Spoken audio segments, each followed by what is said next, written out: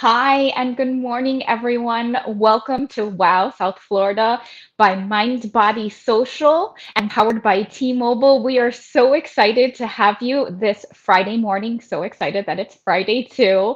And my name is Amy Exum. I'm a licensed mental health counselor with Baptist Health. We're proud to be sponsors of this free week of wellness for you. And thank you to our other sponsors, Publix, Body Armor. We're so grateful for all of this to be able to happen for our community, wherever you are in South Florida or around the world. And I am so very excited because I have two very special guests for you here today.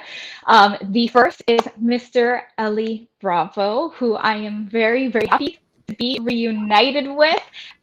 Ellie is a certified, hi, Ellie Hi. is a certified mindfulness teacher. He is featured on the meditation app Insight Timer. So if you have not checked it out, please go check him out on that.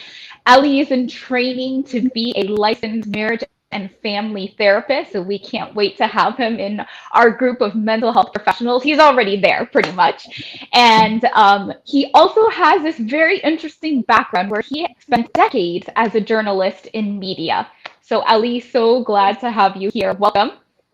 Oh, thank you, Amy. I'm delighted to be with you again, sharing this virtual space and also sharing with our guest, with Nikki. We're going to have a wonderful morning, so get ready for fun, meditation, and some insights on family. Thank you, Ellie. And our other very, very special guest is Nikki Sapp Spoelstra, who we're so happy to have here today. She is a contemporary fine arts specialist. She is a former educator, a philanthropist, and most importantly, a mother of two lovely kiddos. Nikki, so happy to have you today. Thank you, Amy. I'm so excited to be here. Hi, Ellie. This is going to be a great morning, and I can't wait to get started. Yes, well, let's get into it. Thanks, Nikki. So we're going to talk about family today. That is the focus of our meditation. So I'd love to ask both of you, maybe Nikki, you can answer first. What is family to you? Okay, so in preparation for this whole experience, I did what I do. I meditated last night about it, and I wrote down in my journal. I find that I get my best thoughts out when I meditate, and then I journal. That's part of my practice. And I really, really thought about, okay, well, what does family mean to me? And I think first and foremost that to me, family is a safe space. It's unconditional love, but it's not an unconditional love that doesn't have boundaries. I think that it's something that family is an unconditional love that can happen while practicing healthy boundaries and respect of limitations. And I think that those two concepts can coexist. It sounds a little bit opposite, but unconditional love, being totally accepting of somebody, but also being able to set boundaries and respect people's limitations. And that's hard. Social media is a really tricky place. You think everybody's life is perfect, and it's not. And I think it's so important that we clear the air and really have experiences like this to talk about things that are really important with families. There's no family or person that is perfect. And I think that family brings a sense of being home. And I think it's easier said than done. It sounds easy, like, oh yeah, great, sure, that's really nice, super attainable. But it actually takes work. It's not, and it takes intention. It's not always easy to tolerate other people's shortcomings and accept their boundaries. I think that's important because we choose our family. I think that it's important that we choose our family. We obviously have blood ties, and it's important that we respect and honor our blood relatives, but ultimately we choose who we bring in as a part of our family. I want a family that does not enable unhealthy behaviors for me. I want a family that holds me accountable, and I want to do that for my family. And give each other space to be free and who they are at the core. I think that's really important. I'm fighting really big, Nikki, right now because I feel like you also have the mental health therapist hat going on because I don't know. What do you think, Ellie, from the marriage and family perspective, right? It seems like Nikki hit it on the head for coming from that perspective, but I'd love to hear what family is to you, Ellie. Yeah, absolutely. It's great that she brought in the unconditional love and boundaries because definitely it's a way to make a clear, honest relationship. And it's true, family is not always easy.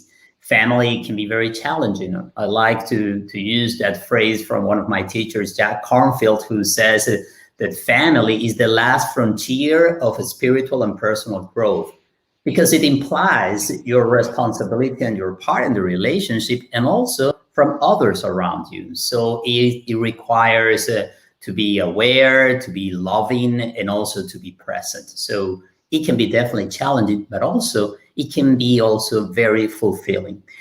From a systemic perspective, we can think about family, not just about our immediate relatives or those connected to us through blood, but nowadays, we think about family in a more expansive, ample way. I mean, we can think about family not just as mom and dad and our siblings or my grandma or my grandson. That's, of course, different levels or generations of family. But also, we bring into the family or the concept of family probably close friends, caregivers, sometimes even mentor can be considered as part of a family. So we try to expand that concept, not just to bring inclusion, but also to understand that for some of us, it can be a pet as important as a brother. And some people say, how can you compare the two of them? Well, even though we're talking about two different beings, the importance on someone's life of this being can be crucial, can be a source of support, a source of love. So we can see family in the way we want to frame it and what's important and relevant to us. And on all those different levels or perspectives, there's always the need to take responsibility on the relationship that we're building. And going back to what Nikki said, having clear boundaries and also love and compassion for ourselves and others. I just have to say ditto to everything that the both of you said. Really, really well put. And I can't remember, it might have been Jack Cornfield. Ali, correct me if I'm wrong, but one of these, great meditation and mindfulness practitioners says if you want to really practice, spend a good amount of time. I'm paraphrasing here, but spend a good amount of time with your close family and close a close space, and that's a real practice, right? So I just want to mention that too, like the both of you said, that family, it can also be what we choose it to be, which I think is absolutely beautiful. It doesn't have to just be blood, and I'm sure everyone out there can pinpoint those people. And also, the fact what Nikki mentioned, that just because it's family doesn't mean it's always going well. And for some of you out there, maybe you don't have close connections with your family, and hopefully, what you're going to take away from this is just a little bit of insight, a little bit of more information on how to expand the idea and maybe build that connection whatever way you want it to look like. So let me ask the two of you another question. When it comes to meditation, have you found that to influence your families at all? Nikki, what do you think? How has it impacted the people around you? Absolutely. So I have a daily meditation practice, and so does my husband, but we do it in totally different ways and different times of our days. I like to meditate first thing in the morning. I feel like as a wife and a mother, and then a philanthropist and a fine art dealer, I can get carried away in my day, giving, and thinking nonstop, and it's just go. So like this act of service and honor that I give myself first thing in the morning really sets the tone for the rest of my day. I'm able to show up as my best self, the best version of myself, first for me, and then I'm able to give to my children and my husband and in the other areas of my life. It's really, really important. And so if I don't get to do that first thing in the morning, I have, I try to get it done throughout the day, but I find personally that it's really important that I do it first thing, and it definitely makes an impact on my family. I'm able to take more pause when necessary, because not all days are easy. Sometimes I joke and I'm like, are any of the days easy when you're a mother of two really little ones? They're not easy. I mean, you have to have so much patience. And I remember being a teacher and thinking, oh my gosh, how do people have children? And here we are. My meditation practice definitely sets me up for my day. And I see my sons and I'm like, okay, you guys are just little humans learning everything. And it's my job to just be patient with you and coach you through these life experiences because they're all new for them. I think as adults, we get really, everything is so easy. Like just basic things, eating your food or whatever it is, like brushing your teeth is just so easy. And when you're a parent of small children, we want to rush them through these processes. And it takes an intentional mindset to just take pause when things start to frustrate you. And there's plenty of frustration to be had when you are a parent. And so my mindfulness practice and my meditation practice comes into play big time throughout my day. And breath work, which I would like to talk about a little bit later. Just taking time to breathe through uncomfortable moments.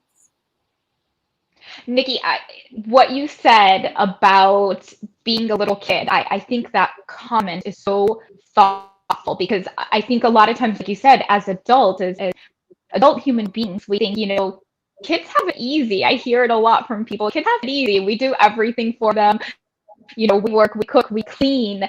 But I love that that perspective that you took of it's hard being a little human being. Our motor coordination isn't the easiest. Decisions are made for us constantly, and we're learning all the time. So I think that's just incredibly beautiful. I love that comment. Thank you so much. And Ellie, what about you? Have you found that your meditation practice has influenced your family at all? Absolutely, absolutely. I have two daughters. They are teenagers, and that means a different challenge. I hear what Nikki was saying, and we went through that period. My wife is a certified mindfulness teacher, so this is a practice that we share as parents. And we have found that what she was mentioning a few minutes ago, Nikki, about the pause and be able to be really present and available, which is something I think crucial when we're talking about family and especially parenting, that we are there, but not just that the body is there, that we are fully there, mind and heart. We're available to be emotionally connected with our family members. And in that sense, a mindfulness practice can come very handy because we're able to detect and recognize what's happening with us and also what's happening with the other person and the emotional field in between. So you're more connected and you can recognize what's happening in the moment. You can be frustrated because, again, it doesn't mean that since you do a mindfulness practice, then you're, floating on a cloud the whole day, or, you're the embody of enlightenment every day. It is not that. That will be to have probably an expectation out of, let's say, the reality on an everyday basis. But what you can do is to recognize those cues, recognize when there's frustration or fear or anxiety or love, and then you can manage what you're carrying, and also you can bring it into the relationship. So you can be more attuned. In that sense, a daily practice or a regular practice, it is very, very important. And one last thing, because I love what Nikki said about trying to rush the little ones. Well, when you have teens, then sometimes you're basically trying to control a lot of details in their life, which can be related to boundaries, which are important, but sometimes they go overboard, and then you're attacking their autonomy. So learning how to adapt to family is one of the most important parts of taking responsibility. How do I adapt to this family member that I have here and the changes this other person can be going? It's not the same to have a 7 years old, a 14 years old, or a 21 years old. It's a lot. It's a completely different ballgame. So we can be aware of that. And again, having a mindfulness practice can let us to see clearly to what's happening and then really be there for others. Thanks, Ellie. I love how you articulate. Ellie always articulates and explains it so simply. So thank you for that. Thank you. And Ellie, would you do a meditation for us? Would you get us started on something that would tie all of the family into meditation? Oh, I love to. Yes, let's do that. And we can take probably, let's say, about 7 minutes. And I want to just say something before we start this practice. There are many different types of meditation. You can meditate and also do journaling, as Nikki was saying, which is great. Journaling is a way to bring or give shape through words to what we're feeling, and it can be very helpful. We also can use some images or try to find inspiration. And in this case, I'm going to take part of what's the loving kindness tradition of meditation, when you can bring into your heart and into your mind someone that inspires you, those qualities you want to embody. You can think about bringing in those qualities that you admire on a family member, someone who's alive or not. You can think about someone who was part of your life. And remember, we're talking about family. It can be a grandparent, it can be an uncle, an aunt, or can be even someone who was close to the family and you feel that person as part of your family. You can even think about a pet, a close friend, or maybe a historical figure, someone who inspires you. It can be even a religious figure, someone that you feel that's close to you. So remember, we can extend the sense of family to bring it to us. And I'm going to guide you through this simple meditation. And my invitation is that you use your mind and your heart, let's call it your mind's eye, to feel the presence of this person, of this being. And we're going to play around it and try to bring those qualities that you admire into your heart so you can hold them and embody them. So let's start by simply finding a comfortable position. I invite you, if you are sitting on a chair like I am, place both feet on the floor. If you are sitting on a cushion, feel comfortable on your cushion and find a balance between being relaxed and alert. You want to be open in your body, but also well grounded. Your back can be straight without tension. Your shoulders melt to the sides. Your hands can rest on your lap or your knee. And let's start by simply breathing in through the nose deeply. Feel those lungs. And now exhale through your mouth and let go the air. Make that exhalation a little longer and relaxed. Let's do it one more time. Inhale deeply. Feel your chest rising. And now exhale through your mouth and let go, relax. One more time, inhale deeply.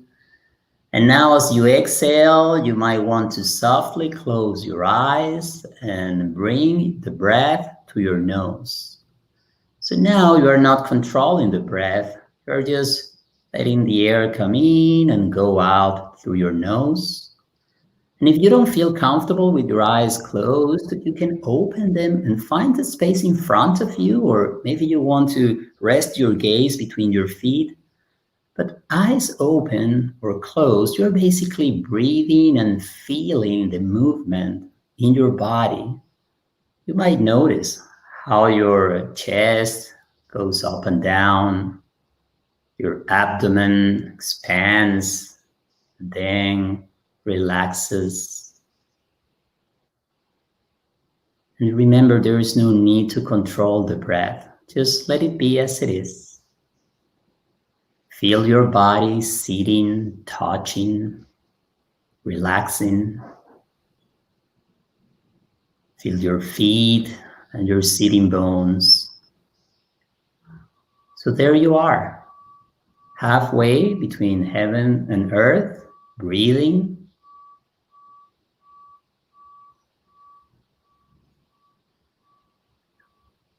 And let's start by bringing to your mind, to your mind's eye, a person that has been for you someone that embodies love or respect or compassion or any quality that you appreciate.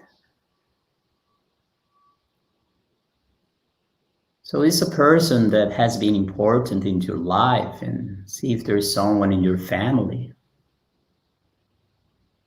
an ancestor, a mentor, a caregiver.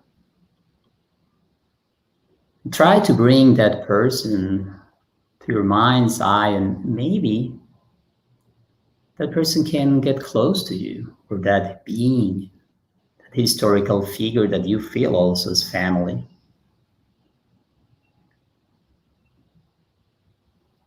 So you get to see this person and you resonate with that quality that you admire in that person. And you can also invite that quality to be in your mind or in your heart.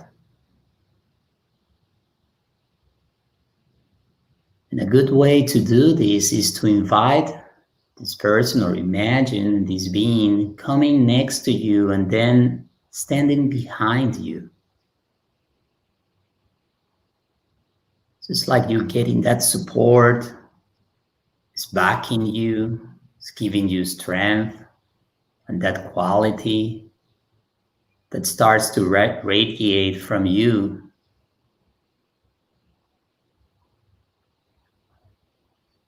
And if you have any other person or any other mentor, you can imagine that's back there also. So you can see that you're not alone and you have examples of love or compassion or the quality you want to bring into your family.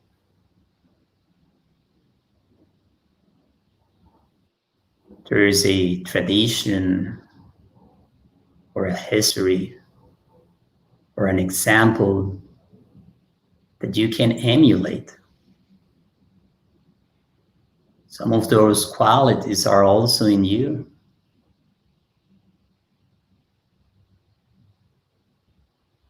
You know how it feels to be next to this person or to contemplate this being, and it radiates through you.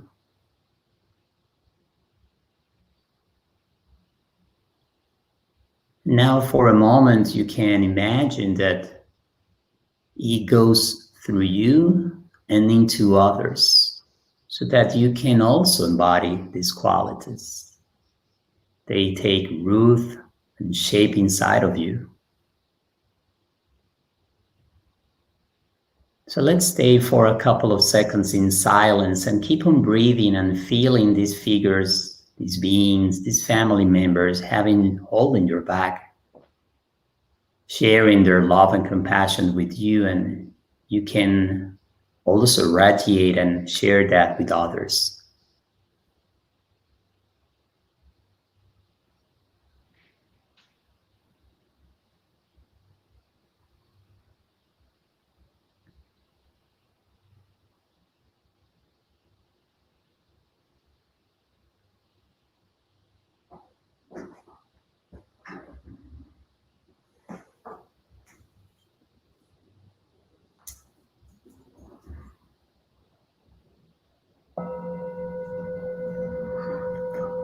And when you feel ready, you can open your eyes.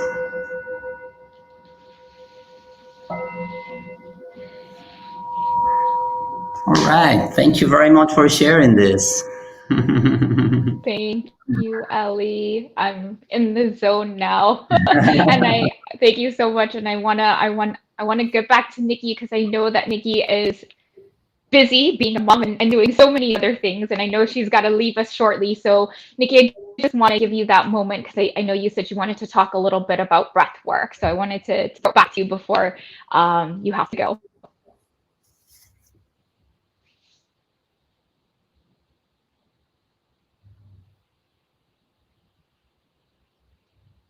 Oh, think I'm unmuted now. there we go.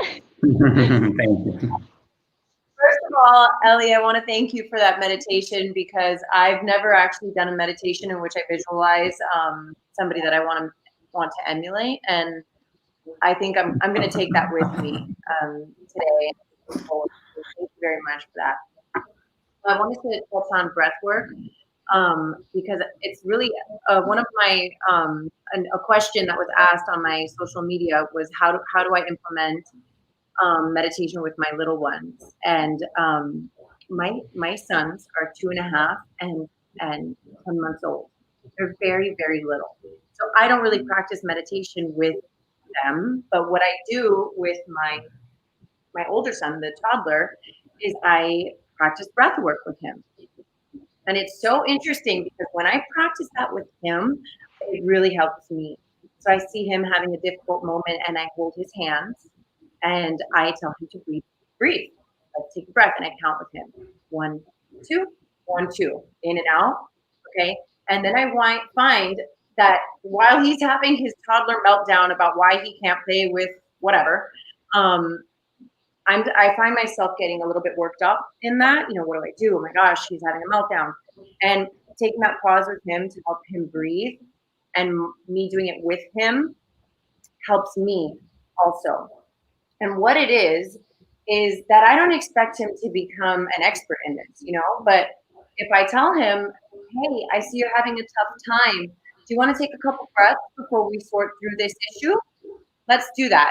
And either he can hold my hand with it or I encourage him to put his hands on his chest and do it. And he doesn't do it perfectly because he's a beginner. And that's the thing about a meditation practice. It's called a meditation practice. It takes practice. You have to do it over and over again to get good at it. Now, I don't know that there's a good. You're always evolving, right, in this. But it's my goal with my children to start at a baseline of at least let's work on breath work. And I will find that it just winds up helping me throughout the day as well. So it's a win-win either way. I love it. I love it. Thank you so much, Nikki. Do we have a few more moments with you, or do you have to run? I just want to. I'm good. Yeah. You're good? Okay, great. So then let me ask you another question, if that's okay. Because you talked about, when kiddos have a tough time, you stop and you take that break, you breathe with them. What do you do on those tough days where either you're too busy, you've got a million things going on, or you just don't feel like it? How do you meditate on those days? Well, thank you. That's a great question. I have a really funny, I don't know if I think it's funny, but a funny little analogy is like meditation to me is sometimes like brushing your teeth, right? Like I want to do it first thing in the morning when I wake up. I want to brush my teeth. I feel great. I feel fresh. I feel good when I do it first thing in the morning. And then sometimes throughout the day, I might especially in the evening, maybe I've fallen asleep watching something on TV, or I fell asleep reading my book. And then I wake up and I realize, I forgot to brush my teeth. And I'm so comfortable in my bed and I don't really want to get up and do it. But I know if I do it, I'm going to feel better. I really should do it, right? That's how I feel about meditation. I know this is a very silly analogy, but that's exactly how I feel. I know that I have to do it. I just have to do it, even if I don't feel like it. So, if I don't get to do it first thing in the morning, I try to do it when my 2 kids are napping. Thank goodness now I have them on the same nap schedule. I try to get it done then. But life happens. I have a million things to do. So it's just, if I don't get it done then, I just try to get it done before the end of the night. I also love apps that track your progress or your streaks. And so I can be a really competitive person sometimes in certain areas of my life. And I find that the apps that count your days of consistent meditation really, really inspire me because I want to count that day. It encourages me to get that meditation in. And so I recently had a 155 straight streak of meditation that I broke last week. I missed one day. And so now I'm on day 7, my 1 week, but I'm excited and I'm not letting it get me down. I'm just excited to see how long I can get it going this time. So those are I always bring the tooth analogy into my brain whenever I really don't feel like it. And then I have an app that I use that I'm oh no, I really have to get that meditation in so that I can extend my streak by 1 day. I think that's a great example. I don't think it's silly at all. I absolutely love it. It's perfect, Nikki. It's perfect. I gotta ask Ellie, right? Because he's our mindfulness certified teacher in the house. How, and I'm guessing, right? I'm guessing, but I don't want to assume. Do you have those tough days, Ellie? I mean, you've been doing this for a long time. This, like you said, you and your wife both practice. This is clearly something, knowing you for a little bit now, that you truly embrace. Do you have those tough days, and what do you do when you do? Of course. I mean, I'm a human. I live in these cities. I'm share the same city as you, and we share situations. Of course, we have tough days at home. Absolutely. It's interesting because you might buy the idea that if you have a meditation practice, then your problems will disappear. And that's not true. What happens is that you might hold or manage or move through those problems in a different way. And that takes time. As Nikki was saying, this is a practice. And as long as you keep on doing it, you are building your resources, you're charging your inner battery. So when the tough day comes, you can be there. And I try to do it first thing in the morning also. I try to set an amount of time that I know that I wanted to commit.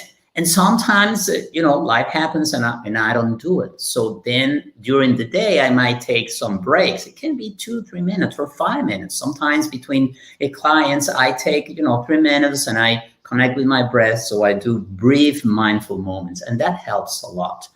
And, it's so important to try to develop this as a practice that's realistic, and that you're not trying to compare yourself with others or the idea where I should be.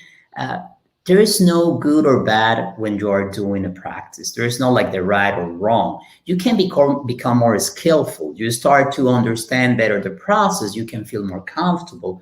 But it's not about competing. I like what Nikki was saying. When you have this, okay, I want to do X amount of time, that's an intention and that's a beautiful goal. And that also can even give you the drive. Why am I doing this? Oh, I'm doing this for my family and myself. You have a great intention, a purpose, so I'm going to sit. But then that if the competition goes into making that intention clear and vivid, it's a great competition because it's bringing you a lot of joy. If it's like trying to fix yourself or fix someone, then sometimes this practice can get harsher. So my invitation is to do it, be open to it, and learn from the experience, because a lot of different insights and situations will come along the day. And on those tough days, you can have your resources, your heart open, and then be more present, be more available. I was laughing a little bit when I heard that because, I'm going to use that word, Ellie, that I have a lot of drive more than the competition, because I have a little bit of that in me as well. So I like that word, very driven. And I love what you said, that, every day is not perfect. We're not going to compare ourselves, and having that compassion, because, I find what happens to me is I'll be able to keep a steady practice. One day goes, then the next day goes. I find that I haven't done my daily practices, and at the end of the day, I have to reflect back and go, what did I miss? Was there something I could have done differently? How could I have gotten to a better place? And often the answer is, did I take that moment to have those mindful breaths that both you and Nikki are talking about? Did I take that moment to set aside? Did I not plan, and did I not schedule? And that's okay, right? I'm not going to be tough on myself, but hey, this is good information for me, so that as I prepare for my next week, as I prepare for my next day, I'll make sure that I find time to incorporate it. So I love both of your tips. Really, really great. So kind of to close us off here, I also wanted to know, we may have some people who have maybe dabbled in meditation or never tried it before. And if that's the case, we're so glad that you're with us today. Nikki, could you tell us how you got started in meditation, how this came into your life? Because, hearing that 155 days, that's fantastic, right? You're all in. So how did you get started in this? Wow. I have, for the majority of my life, I've been like the anti-meditation person. Like, you couldn't pay me to do it. You just couldn't. And so like, I've always considered myself to be spiritual, but especially after I had my children, I started to feel a little bit detached from source or myself or, whatever it was. And my friends and my therapist would say, well, have you tried a meditation practice? I'm like, that's silly. No, like, it doesn't even work. I can't do it. I can't do it. And I realized after really thinking about it, I just had all these fears and discomforts around the idea that I wouldn't be good at it. And once I wrapped my mind around the fact that, like, you don't have to be good at it, you just have to try it. I started to try it. And this year has been the year of epic change for me in my life. I made a bunch of changes to my lifestyle, my eating and drinking habits, my meditation practice. And I really just made a commitment to it this year. This is like of years of me just pushing against it, not wanting to do it, not resisting, just total resistance to meditation. I finally realized that your meditation practice doesn't have to be perfect. You can sit and sometimes you can't quiet your mind, but just like observing your thoughts go by, like a car passing in the street, or just, seeing something pass by, the observation is okay. It's okay if you're fidgety. It's okay if I have to scratch my head. It's okay if I have to shift my position. It's okay. Anything goes in meditation. Just the fact that you can sit for a couple minutes by yourself and just be present is what it's all about. Once I wrapped my mind around like letting go of perfectionism is when I was really able to grow in my practice. Because I was really resistant towards it for a very, very long time. And now it's part of my everyday, like brushing your teeth, that I need it to feel good and centered and show up as my best self. So I'm really grateful that I've been able to do this. Yeah, I hear the shift too, right? Like you said, it was almost a mentality change, and I can't do this, I can't do this. Wait, why am I telling myself that I can't do this? Let me try this.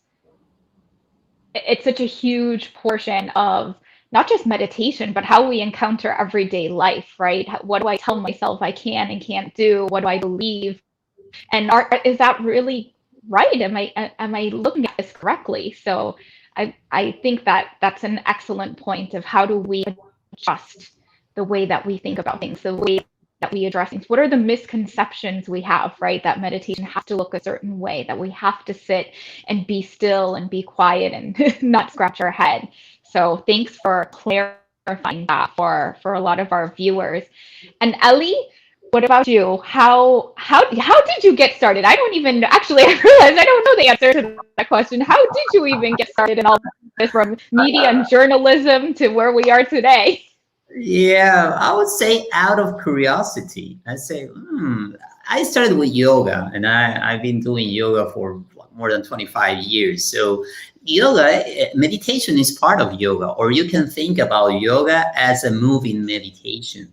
And as I was doing my practices, I said, well, what it will be to sit and really be quiet. So I started through a tradition called Vipassana, which is very strict and it's beautiful. It's very strict in the sense that when you go to a retreat, you sit there, and sometimes you're invited to sit still for 1 hour, which was challenging. And I can relate to what Nikki was saying, because in that moment, I was trying to do it right. The idea that I had of how this should be done. And it was very difficult. So as I became more comfortable in the practice, but also I became more relaxed, I was able to try other types of meditations. And I found, through what's usually called mindfulness, a way to keep my practice alive with wisdom and compassion, with awareness and also a sense of love. And that gave me much more space. So I was now not trying to do it perfectly, but just trying to be open to the experience. So there I could bring it into more at ease with me. And then, of course, I I got more involved. And as I was shifting my career from journalist now to a psychotherapist, I started doing training and seeing it and living it through, well, the seat of a teacher or a facilitator. And now it's it's part of my life. It's a way of being or trying to be there. Because again, if we are doing this because we want to become a perfect being, then we're creating space for struggle. But if we want to do this to become an awakened human being, be there with our, lights and shadows, aware of what's happening, more connected with ourselves and others, then it becomes a beautiful and expansive practice. I love it. I love that the three of us, looking at the screen, we all came from very different paths. Meditation was part of my life as a child growing up, and I did it for a long time. And then, young adult life, I really pushed it away and said, I don't want to do this anymore. This isn't interesting to me. It doesn't connect with me. And then, as I grew a little bit older, I reconnected with it. So I think it's great that we had three different paths into this, and that we can show our viewers that it doesn't matter who you are, where you come from, what your beliefs are about it, that this is a practice that's open and available to everyone. Just any last thoughts, Nikki, before we say goodbye, and then I'll toss it to Ellie too. I think it's just about, like, the meditation for me is about finding peace within myself one day at a time. Being able to connect with my higher power, the higher power that I understand, that I accept, just one moment at a time, and I remember just feeling very detached for a while, like I mentioned, and being able to come to center just for today, just for right now, and not think about like where this is going to get me. Just be present right now. And like over time, you realize you can look back and say, oh my gosh, this really has had an impact on my life. And it was just happening so slowly and so organically, just by having that commitment to yourself daily. It's like you don't reap the benefits immediately sometimes. It's something that over time you see that it has had an impact on your life, the more that you do it. And I encourage the viewers here to continue with their journey and stick with the process and don't give up on meditation, because it can bring some really positive things into your life. Thanks, Nikki. Ellie, any last thoughts? Well, I'm going to piggyback on what Nikki was saying, because I love that, because it's also a process. And it's a process that as you experience it, then you can, explore it and trust. I heard a phrase once on a retreat, trust the unfolding. And it's a beautiful way of seeing how you can trust yourself as you move along this that can be called a path. So yeah, the invitation is to try it out. And since we're talking about family, you have to always be aware that the experience that you might be having with your meditation practice is not exactly what other family members are having. And it's not that they need to do the same thing to have this good relationship. What I'm saying with this is you should not impose the practice to others or expect that they can see the things the way you're seeing it. Because a good part of a family relationship is to have acceptance, understand a concept of that we can be different and we can even disagree, but have respect and clear boundaries. And lastly, that in a family relationship, you can take responsibility for your actions, your behaviors, and your thoughts, and you cannot expect other family members to go through the same process. So use your practice for yourself and to be available and open, and hopefully that can bring change into the relationship. And maybe it can be the change that you are not expecting, but can bring a better understanding. So be open also to that. Sometimes we talk about our meditation practice in a way that for other people can seem like, what? I don't know what you're talking. Maybe there's what, like Nikki was saying, what's happening with Nikki? What is he talking about? And that's okay, because it's also what they will see eventually, Nikki. And you know that with your kids. I love the example when you are holding your kid, getting close. Just not you don't have to explain what's going there. Just that connection. Your baby's feeling you. You're modeling something. That's the beauty of it, because they can see and experience with you the benefits of your practice. You don't need to explain it. You just need to embody it. And that brings a lot of change.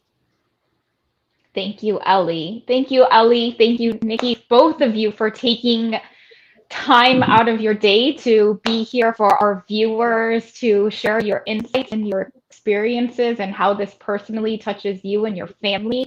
And I just have to say that I cannot wait, because I consider the both of you family. This is a Mind Body Social family, a South Florida family. I cannot wait for the day that I get to see you both in person in real night life and not across from the screen. So I will be thinking of that day, praying for that day.